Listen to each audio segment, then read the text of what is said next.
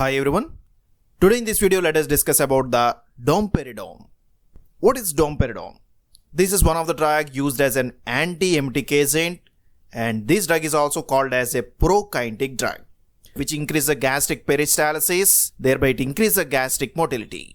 We have another drug like the metoclopramide, which is also a prokinetic drug, but domperidone is one of the drugs which is peripherally acting, whereas metoclopramide is centrally acting. This drug can be given along with the other drugs like the proton pump inhibitors. So when this domperidone is given along with the proton pump inhibitors, it can increase the gastric peristalsis and it can decrease the gastric reflux. So that's why this combination is useful in the treatment of GERD, gastroesophageal reflux disorder. We have few of the combinations like the omeprazole plus domperidone, otherwise the pantoprazole plus domperidone. These combinations are well prescribed for the treatment of GERD. Now, how this domperidone acts? Domperidone is having the two important targets. It's going to act on the CTZ, chemoreceptor trigger zone, and second one, it is going to acting on the GI tract, where it is going to increase the gastric peristalsis. And these two actions are going to be mediated by its antagonism at the D2 receptors. In this way, domperidone is one of the peripherally acting dopamine antagonists. But how it is possible? It's acting on the CTZ, which is present at the medulla oblongata. But still we are saying that it is peripherally acting. The reason is that CTZ is present outside the blood-brain barrier, such that the drugs even not entering into the CNS can act on the CTZ, thereby they can show some anti-emetic activity.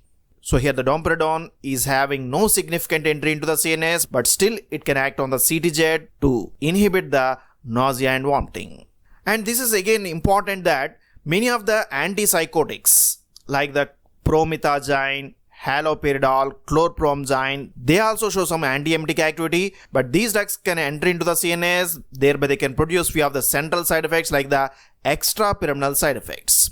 So antipsychotics can produce few of the motor disturbances like the acute dystonias and tardive dyskinesia, which are more troublesome, and these side effects are not observed with the domperidone because it is peripherally acting. First of all, let us see the structure of the domperidone. This drug is having the two identical heterocyclic rings. These are nothing but the benzimidazole rings with a ketone at the second position. And these heterocyclic rings are connected with a alkyl chain along with a heterocyclic chain. And second heterocyclic ring is the piperidine. So that's why within the name of the domperidone, you can observe the perid indicates it's having the piperidine and a ketone is present on the benzimidazole. Domperidone is having the two benzimidazole rings as well as one piperidine ring. Now at the medulla oblongata, two important centers are controlling the nausea and vomiting. One of the center is the vomiting center, which is present at this position and which is mainly responsible for the control of the nausea and vomiting. Similarly, another center is here. This is the CTZ, chemoreceptor trigger zone, which is present at the base of this fourth ventricle, and this area is called as area postrema, which is lacking the blood-brain barrier. So drugs like the domperidone can easily access this area.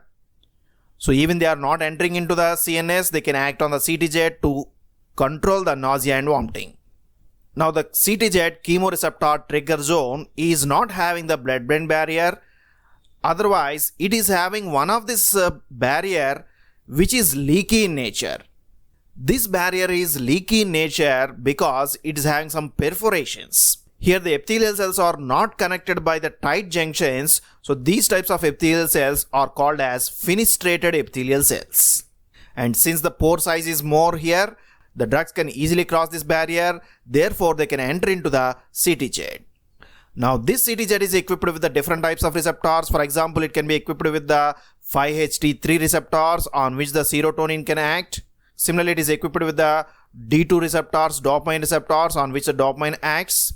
And apart from these receptors, this CTZ is equipped with the other types of receptors like the opioid receptors. So any chemicals which are present in the blood like anti-cancer agents or toxic chemicals or emetic substances, all these can stimulate the CTZ by either acting on the 5-HT3 receptors or on the dopamine receptors. Thereby they stimulate the CTZ, and once the CTZ is going to be stimulated, it can send the signals to the vomiting center. Then this vomiting center can induce the emesis in the patients. In this way, CTZ acts as a sensing element for the chemicals in the blood, and any emetic or toxic chemicals are present in the blood, they can stimulate the CTZ. thereby they can induce the emesis by activation of the vomiting center. Now here the domperidone can block these D2 receptors, thereby it can inhibit the CTZ mediated nausea and vomiting. But here the domperidone can act on the CTZ because CTZ is having the fenestrated epithelial cells. So here the blood-brain barrier is absent and water the barrier is very leaky in nature, so that the domperidone can easily get the access into the CTZ. So now let us see what is the difference between the blood-brain barrier and the area postrema.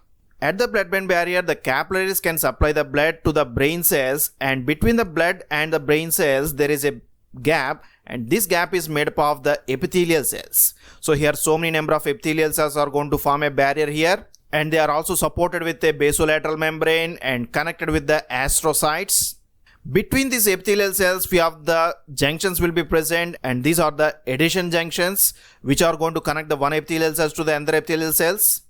And apart from these adhesion junctions, these epithelial cells are connected with the tight junctions. So these tight junctions are mainly controlling the entry of the substances into the brain cells.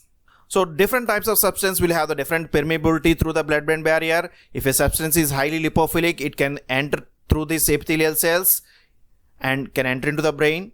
But if the drug is hydrophilic, it cannot get the access into the blood-brain barrier because of the presence of tight junctions.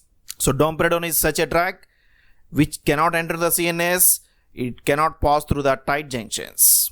But in case of fenestrated epithelial cells, for example, when the capillaries are going to supply to the area postrema, at the area postrema again we can observe the epithelial cells, but these epithelial cells are wider apart, and again they are supported by the basolateral membrane and connected with the astrocytes. Again here epithelial cells are connected by adhesion junctions, but the tight junctions are not present. So here this barrier is somewhat leaky in nature, so whenever the drugs like the domperidone are going to enter into the blood, they can easily cross this barrier and they can enter into the CTZ within the area postrema. In this way, domperidone acts on the CTZ without entering into the CNS. Now the dopamine is one of the important mediator which can stimulate the D2 receptors, the dopamine 2 receptors, which are present on the CTZ as well as the GI tract. When the dopamine is going to bind to these D2 receptors, which are G protein coupled receptors and inhibitory nature, they can produce the decrease in the cyclic AMP levels. Now the domperidone can act as an antagonist on the D2 receptors. It can bind to these D2 receptors, thereby it can inhibit the action of the dopamine. In this way, domperidone can inhibit the chemoreceptor trigger zone as well as it can act on the GI tract, thereby it can increase the peristalsis and it can decrease the sphincter pressure, so that the gastric motility is going to be increased. In this way, domperidone acts as an anti-emetic agent as well as a prokinetic drug. Now let us see the side effects of the domperidone. This drug is going to produce few of the side effects like the headache, dry mouth and dizziness, and it can also produce some vasodilatory response like the flushing, irritability, some nervousness is observed in the patients, and it can also increase the prolactin secretion. Because it is going to block the dopamine receptors, it can increase the prolactin secretion, which may result in the milk ejection as well as the breast pain in the woman. How it is given? Domperidone is given as a tablet form and it is available at a dose of 10 mg, and this drug should be administered before the meal such that it can inhibit the nausea and vomiting. And this drug can be given up to 3 times daily in order to prevent the emesis in the patients. So that's about the domperidone. Domperidone is one of the dopamine antagonists, but it acts peripherally.